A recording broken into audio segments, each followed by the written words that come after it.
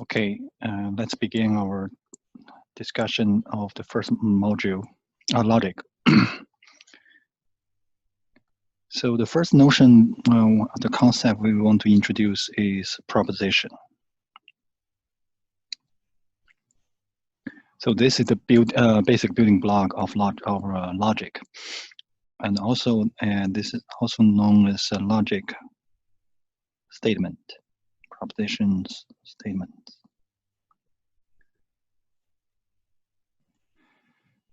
So what is a proposition? A proposition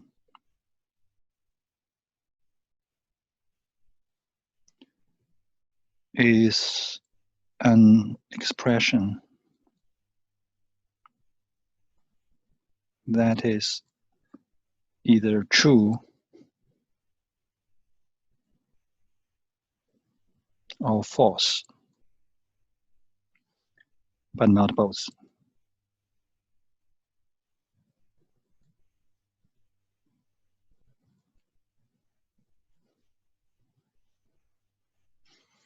This is very important because a proposition is something like you can verify, and you can either assert it. That means that you can say for certain this statement is true, or you can show that it's false. It's not something ambiguous. Okay, I think this is best illustrated by examples.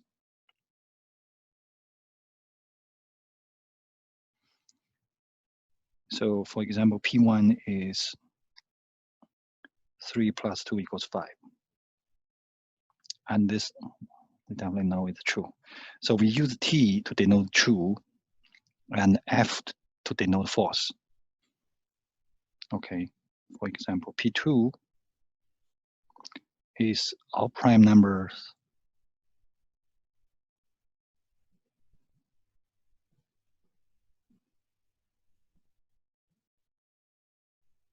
are odd.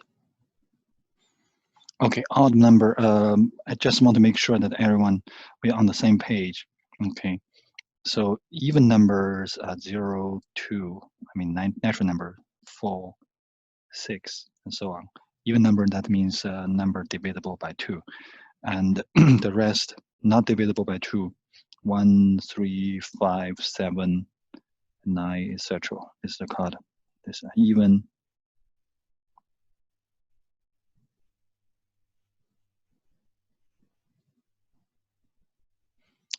And this called odd numbers. Okay. So the second proposition is I claim that all prime numbers are odd. It is true. Of course, it's not, because we know that the number 2 is an even number, but it's also prime. So all prime numbers are odd is a false statement, so it's false. So the third example is what day today?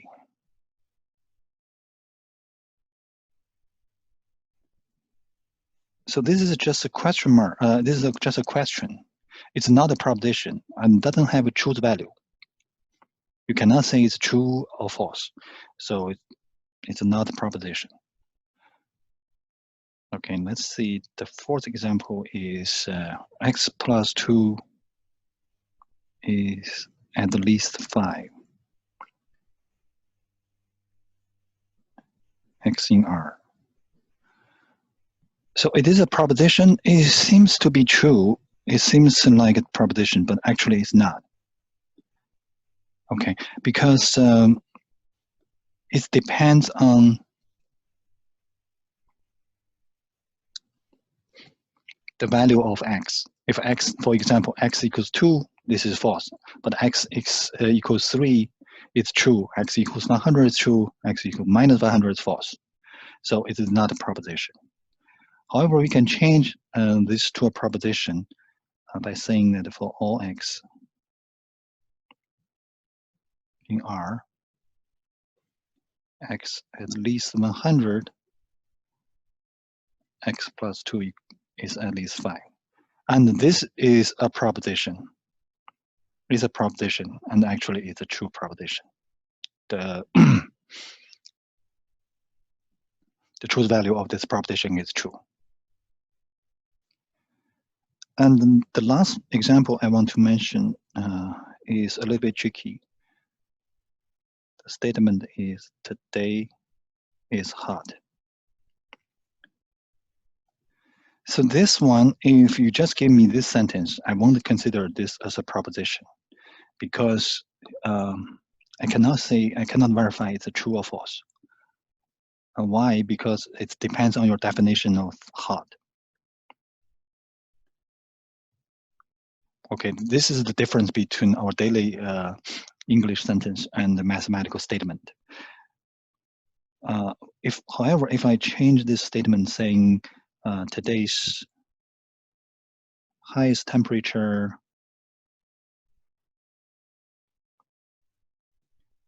is about 85 degrees, and then you can say, okay, it depends on today's temperature when you're viewing this video, I guess, if supposedly, I don't know, it may be true or false. But it's definitely a proposition. Okay, let's move on to next slide. Okay, the second topic we are going to discuss is logic operations. Logical operations. And the compound.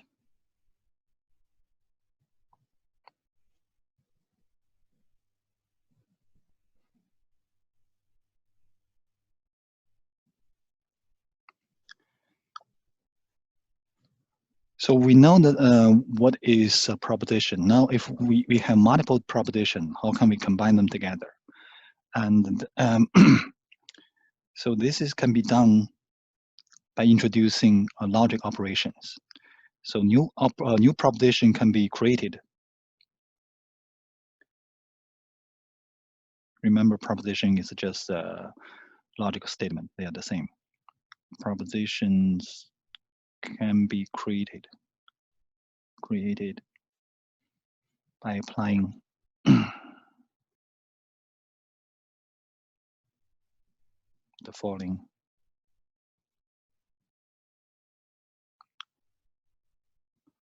logical operations. So first, negation. What does negation means? Okay, today is hot. Today is not hot. It's a negation. Okay. So this is let's create a table. The name, and this is the logical operations.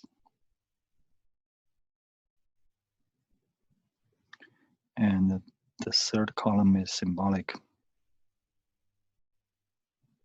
representation.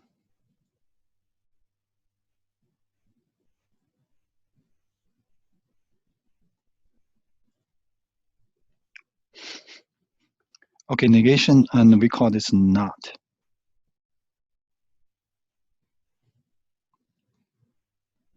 Okay, for example, our first proposition is 3 plus 2 equals 5. And the negation is 3 plus 2 not equal to 5. And the symbolic operation, symbolic representation of this negation, in the textbook, we use a tilde. Okay, so for example, if P is a proposition, we use tilde P. I just want to mention that some other notion may be used more widely. One is we use P bar, a bar above this letter P. And sometimes we use this, I don't know how to call it, but something like this.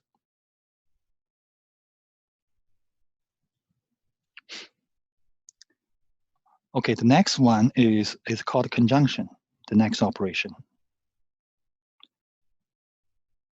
Conjunction. And the logic name is AND.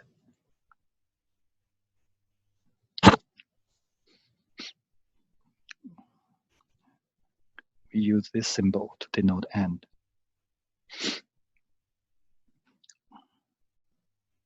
And the example is if we have proposition P and proposition Q, we use P and Q. The next one is disjunction. Is known as OR. We use just opposite, P or Q.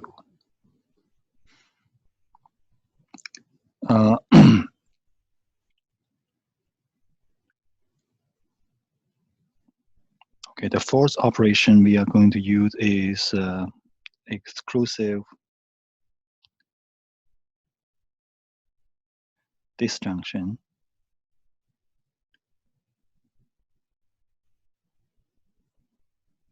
And usually we call it XOR because it's usually called exclusive OR. So we use this O plus. A plus surrounded by a circle, P XOR Q. And I'm going to show you, I'm going to tell you what the meaning of this XOR. Up to now, everything should be clear except XOR. Probably you're not very familiar. And the last one is conditional.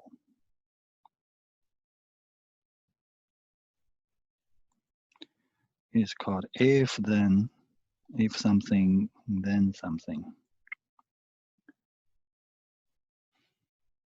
And we use this implies, or use an arrow to denote to denote implies.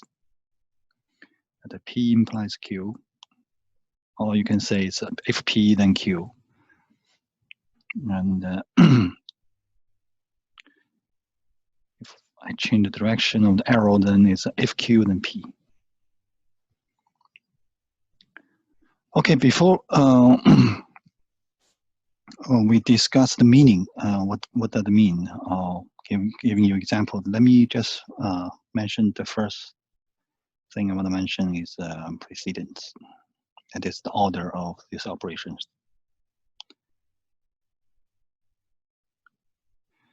The highest order is tilde and. Okay, it's pretty much like our arithmetic operation. For example, if we have minus x times y. So we want to say is actually we do this perform this minus. We apply the minus sign to x before we apply this multiplication operation. Okay, so this tilde has the highest precedence. And the next level, this is the first. And next level is AND, OR, and XOR. They are the second. Okay, the last one is implies. And oh, by the way, if I have P implies Q and Q implies P, or maybe just write this way. If Q implies P, and sometimes I use this double arrow. We use this double arrow to denote this relation. So this sometimes called equivalence. So if P implies Q, Q implies P, then we say that P and Q are equivalent. And this is the last. Okay, just keep this in mind. Let me give an example of this applying this precedence.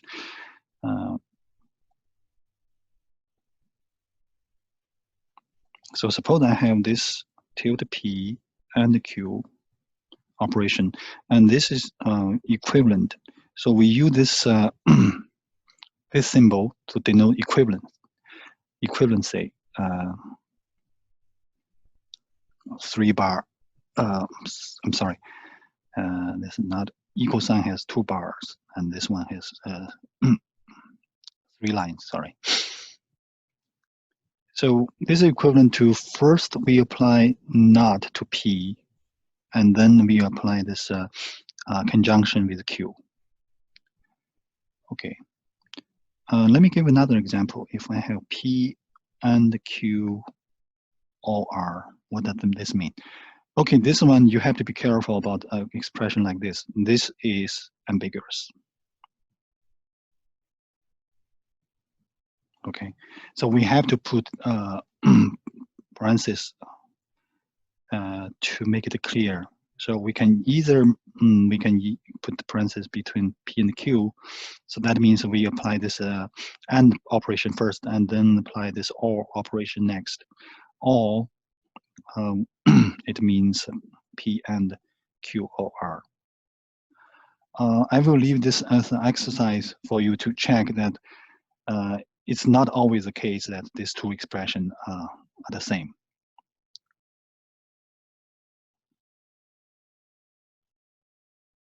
Okay. The last example, the last example I'm going to show you is when you write P or Q. And this means we first apply not to P, and then apply the resulting proposition or with Q. However, if you want to do, if I want to first perform this OR operation, and then apply this negation operation to the resulting proposition, then we should write this way. And then I'm going to, this P or Q is computed first. Of course, because parentheses always has the highest precedence. Okay, let's move on to next slide.